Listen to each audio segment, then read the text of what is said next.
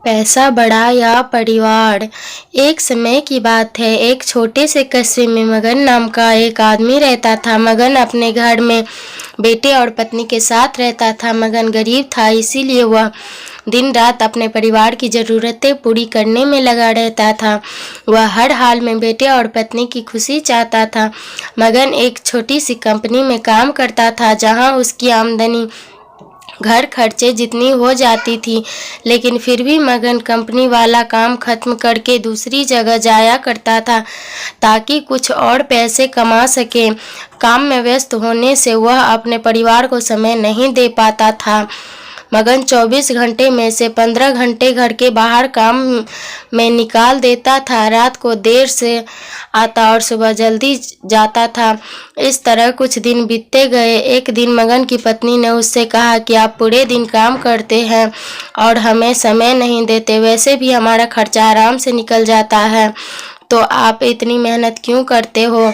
हमारे पास जितना है उसी में हमें खुश रहना चाहिए। चलिए आज हम तीनों कहीं घूमने चलते हैं। तब मगन कहता है, बस कुछ समय मुझे और मेहनत करने दो, फिर आराम ही आराम है। इस तरह मगन मेहनत करने में लगा रहा। उसका बेटा भी उससे अक्सर कहता था कि पापा आप मेरे साथ खेलो, बैठो, मुझसे बातें करो, लेकिन मगन हमेशा काम के लिए कहकर कभी उसे समय नहीं दे पाता। कुछ समय और बीता।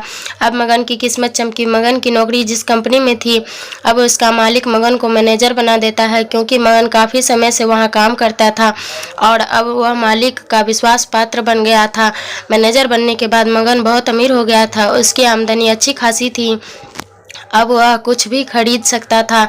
उसकी गिनती धनी लोगों में होने लगी। पत्नी और बेटा बस एक बार कोई चीज़ मांग लेते तो वह तुरंत हाजिर कर देता। एक दिन बेटा और पत्नी दोनों मगन से बहुत ज़्यादा जिद करते हैं कि वे तीनों समुद्र के किनारे घूमने चले। मगन कहता है कि ठीक है, आज चलेंगे, लेकिन मुझे कंपनी में थोड़ा काम है, इसीलिए तुम दोनों समुद्र के किनारे पहुँचो, मैं सीधा कंपनी से काम खत्म करके पहुँचता हूँ। पत्नी और बेटा दोनों वहाँ चले जाते हैं।